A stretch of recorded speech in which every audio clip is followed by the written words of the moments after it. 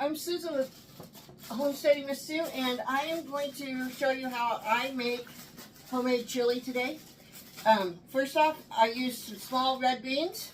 I used a pound, and make sure that you go through them to make sure that there is no rocks in them. I'm going to use some salt and pepper, some chili powder, a little bit of cumin, some quartered tomatoes, 1.5 pints. I'm going to use some onion, and then I'm going to, lost my garlic. I'm going to use a couple cloves of garlic. First off, last night I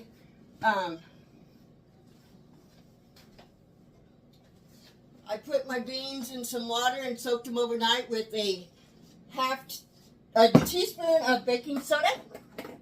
And first thing I'm going to do is, see if I can get you over where you can see me.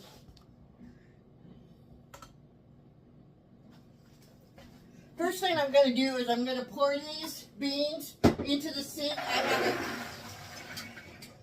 a colander strainer right here. And I'm going to get everything out of the pan, rinse the pan out.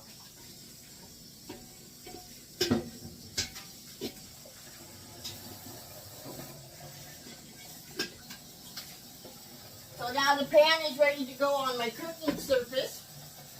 And I'm going to use some cold water to rinse these beans.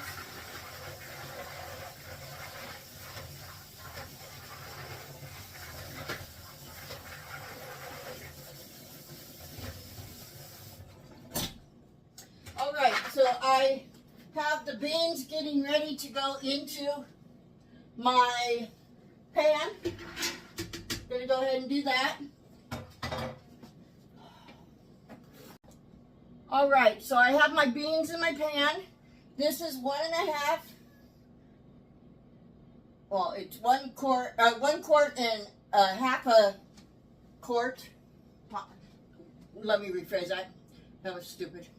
1 quart and 1 pint of bone broth. I'm just going to add into there. We will need more liquid, but I have the liquid from my tomatoes yet to put in, and I'm gonna brown some pork, ground pork, and some ground beef. I'm gonna go ahead and while we're waiting, before I do all the prepping of everything, I'm gonna go ahead and season this.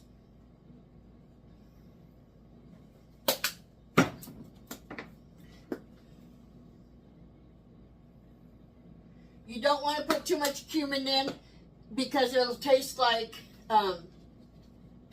pinto beans. I took the lid off. I'm just going to pour a little bit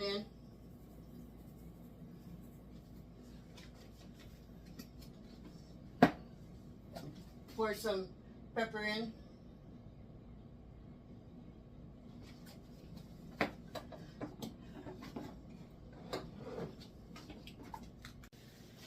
Alright, so I have started browning my pork and my ground beef, a pound of each, and I'm going to put the same seasonings in it as I did the beans a few seconds ago. And I'm off screen because, you know, I'm done. There, maybe you can see me? Nope, can't see me. There, you can see the part of my house you never see. But I did get a new stove and oven. So I'm going to put some salt and pepper in the ground beef.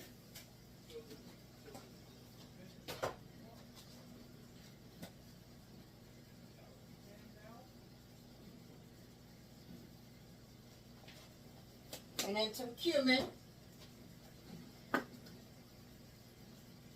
Again, you want to watch how much cumin you use.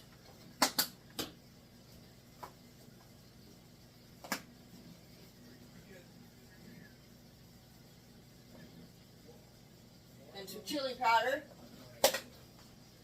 So then I use this mix and chop from Pepper Check. Love this thing. To break up my hamburger and pork.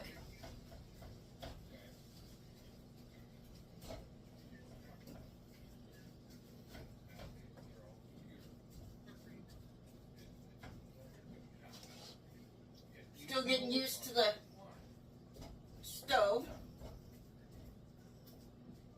It's on about medium. I'm going to turn it up just a little bit. It's about medium high-ish.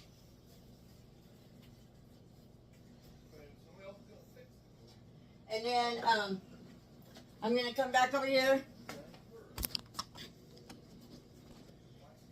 and I have quartered tomatoes and whole tomatoes. I'm going to use half a pint and a pint.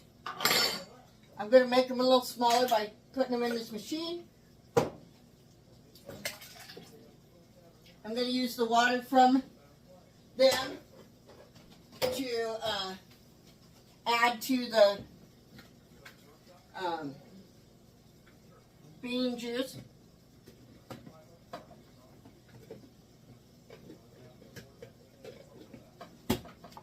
This is one of my Tupperware items that I sell. Oh, didn't get it in there right, apparently.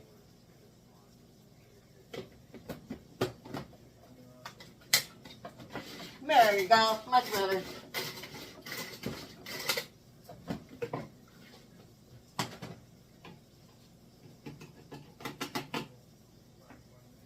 So I'm going to go ahead and just pour this in there.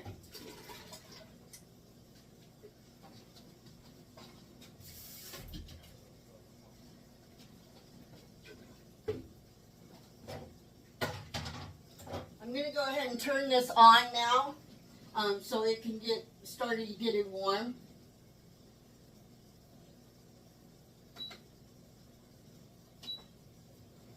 There it goes. Hopefully it doesn't make too much noise that you guys can't hear me over it.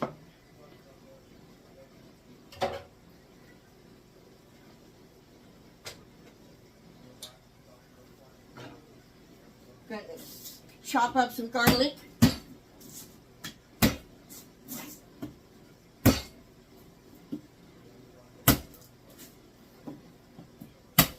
I think 3 cloves of elephant garlic will be enough. I love how easy elephant garlic peels.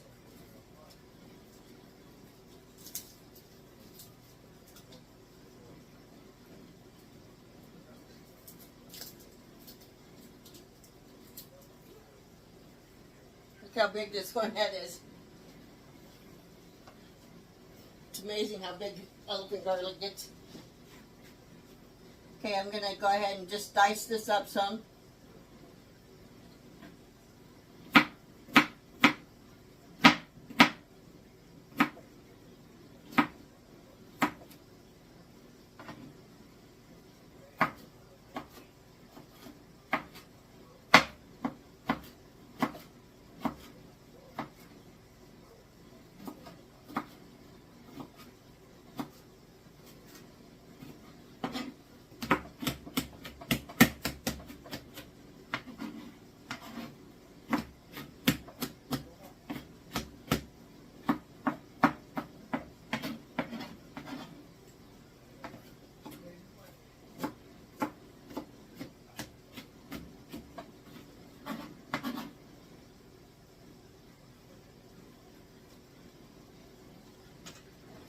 So that's how much garlic ended up being. Also, when you scrape off your cutting board, do not use the blade of your knife. Use the back of it so it doesn't dull your knife.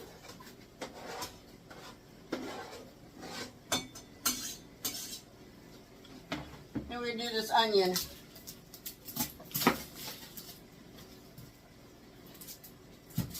Probably just do half of it.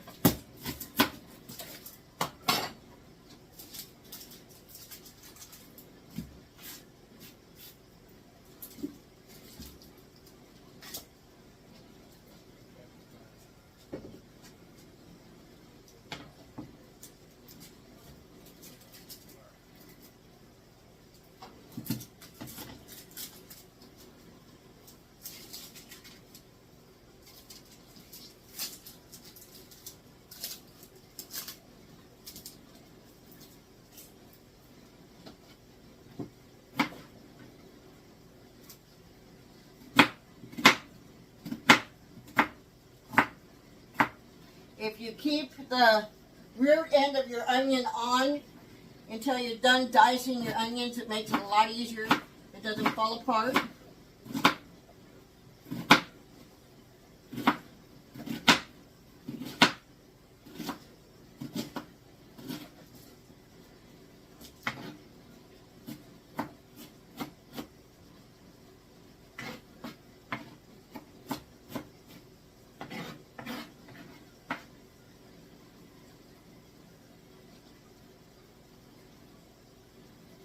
I gotta stir my meat.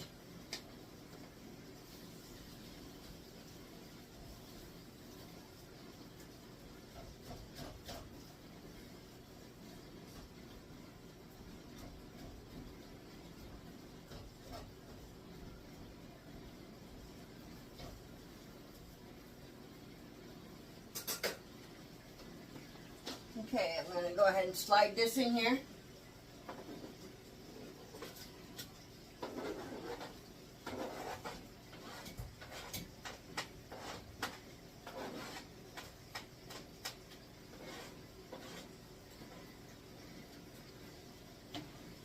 While we're waiting for the meat to get done, I'm going to go ahead and put the lid on the beans.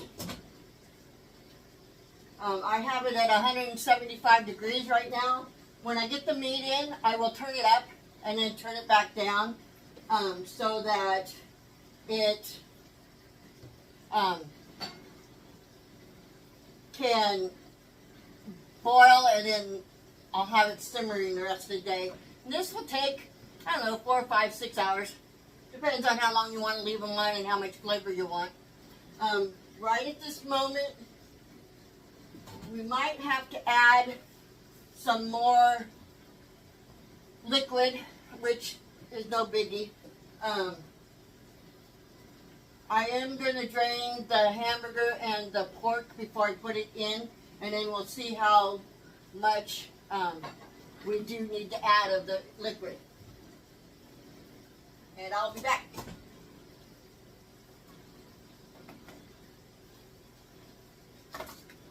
Alright, so my hamburger and ground pork are both nicely browned. I'm going to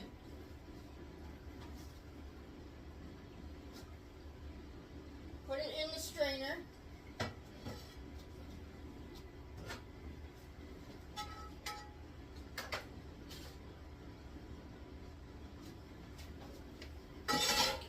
Little side note, you should always run warm water down the sink when you do that.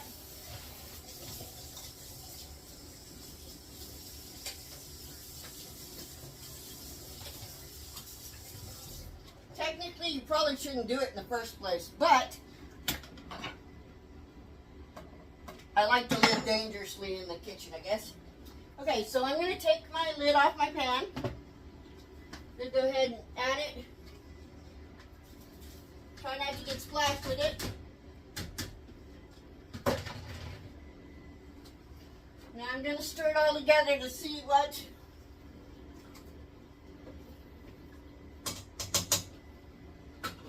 you know what? I think that at this moment, I am not going to put any more in there, any more liquid in there. Give me just a second though. So this is how it looks. And everything's covered up nicely, so I don't think I'm going to add any more liquid to it right now. I will probably after a while, because, you know, you want thick, well, I like thicker chili, but I want to make sure there's enough juice in it so it's edible. If I will show you what it's like when it's done. I did go ahead and turn up the cooktop to 275. I'm going to let it get a good boil on it, and then I'm going to turn it back down and let it simmer.